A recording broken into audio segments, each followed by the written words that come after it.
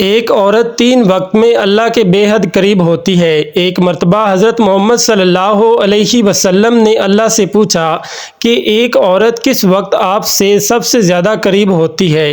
تو اللہ نے فرمایا کہ عورت اس وقت اللہ کے بہت زیادہ قریب ہوتی ہے جب وہ یہ 3 وقت بسم اللہ الرحمن الرحیم۔ ناظرین، لیکن آئیے سب سے پہلے یہ جان لیتے ہیں کہ کسی نیک بخت عورت پر تہمت لگانا کیسا ہے، یعنی کسی عورت کے بارے میں ایسی جھوٹی بات کہنا کہ جو اس عورت میں نہ پائی جاتی ہو، تو پھر اس کی سزا کیا ہے۔ ایک مرتبہ ایک شخص حضرت علی رضی اللہ تعالیٰ عنہ سے پوچھنے لگا کہ یا علی بتائیے کہ وہ کون سا مرد ہے کہ جس کی تمام عمر کی عبادت اس کے منہ پر مار دی جائے گی اور وہ بغیر حساب و کتاب کے دوزخ میں جائے گا۔ بس جیسے ہی یہ پوچھا گیا تو حضرت علی رضی اللہ تعالیٰ عنہ نے فرمایا کہ اے بندہ خدا، یاد رکھنا کہ میں نے اللہ کے رسول صلی اللہ علیہ وسلم سے سنا ہے کہ جو مرد کسی عورت پر تہمت لگاتا ہے تو اللہ اس مرد کی ساری نیکیاں اس کے منہ پر مار دیتا ہے، اور اللہ کے فرشتے اس پر مسلسل لعنت بھیجا کرتے ہیں، اور یوں وہ دنیا میں بھی رسوا ہو جاتا ہے اور آخرت میں کسی بھی نیکی کا صلہ نہیں پاتا۔ وہ شخص پوچھنے لگا کہ یا علی، کسی عورت پر تہمت لگانا اتنا بڑا گناہ کیسے ہے؟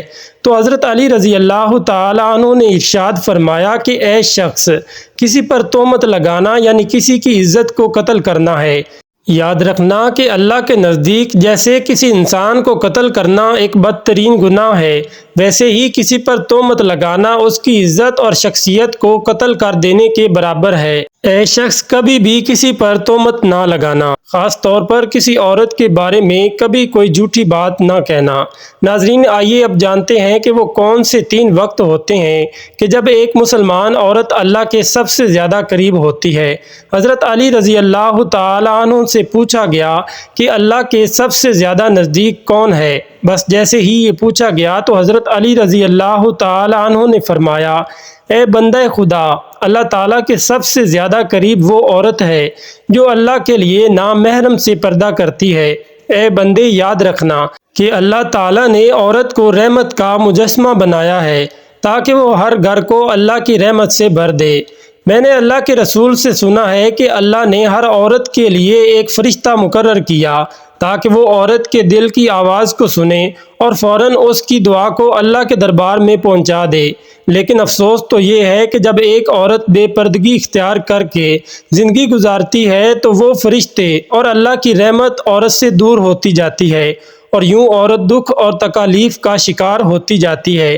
اے بندہ خدا، یاد رکھنا، کبھی بھی کسی با پردہ عورت کا دل نہ دکھانا، کیونکہ نیک عورت کی بد دعا آسمانوں کو چیرتی ہوئی اللہ کی رضا بن کر کائنات میں نافذ ہو جاتی ہے۔ ناظرین، حضرت علی رضی اللہ تعالیٰ عنہ کے فرمان سے ثابت ہے کہ عورت جب با پردہ حالت میں ہوتی ہے تو وہ اللہ کے بے حد قریب ہوتی ہے۔ پیارے دوستو، ایک عورت کا اللہ کے قریب ہونے کا دوسرا وقت وہ ہوتا ہے جب وہ پردے کی حالت میں رہتے ہوئے اپنے گھر کے اندر نماز ادا کرتی ہے۔ ایک مرتبہ ام حمید رضی اللہ تعالیٰ عنہ رسول اللہ صلی اللہ علیہ وسلم کے پاس آئیں اور کہتی ہیں، یا رسول اللہ صلی اللہ علیہ وسلم، میرا جی چاہتا ہے کہ میں آپ کے ساتھ نماز پڑھوں۔ سوچیں، اس سے بڑی کوئی اور تمنا یا اس سے بڑی کوئی اور خواہش ہو سکتی ہے؟ رسول اللہ صلی اللہ علیہ وسلم کی امامت میں نماز پڑھنے کا موقع مل جائے، اس سے بڑا بھی کوئی خوش نصیب ہو سکتا ہے؟ اچھا، ذرا آگے کی بات بھی غور سے سنیے گا۔ رسول اللہ صلی اللہ علیہ وسلم نے فرمایا، میں جانتا ہوں کہ تم میرے ساتھ نماز پڑھنے کو پسند کرتی ہو، لیکن رسول اللہ صلی اللہ علیہ وسلم نے فرمایا، جو تم اپنے دار میں یعنی اپنے گھر میں نماز پڑھو گی وہ کسی مسجد میں جا کر پڑھی جانے والی نماز سے بہتر ہے۔ رسول اللہ صلی اللہ علیہ وسلم نے فرمایا، چھپ کے جو عورت نماز پڑھے گی وہ سب سے بہتر ہوگی۔ ام حمید رضی اللہ تعالی عنہ نے جب یہ بات سنی تو وہ واپس چلی گئی۔ انہوں نے اپنے گھر کے کونے میں نماز کی جگہ مختص کی جہاں اندھیرا تھا، جہاں کسی کی نظر بھی نہیں پہنچتی تھی۔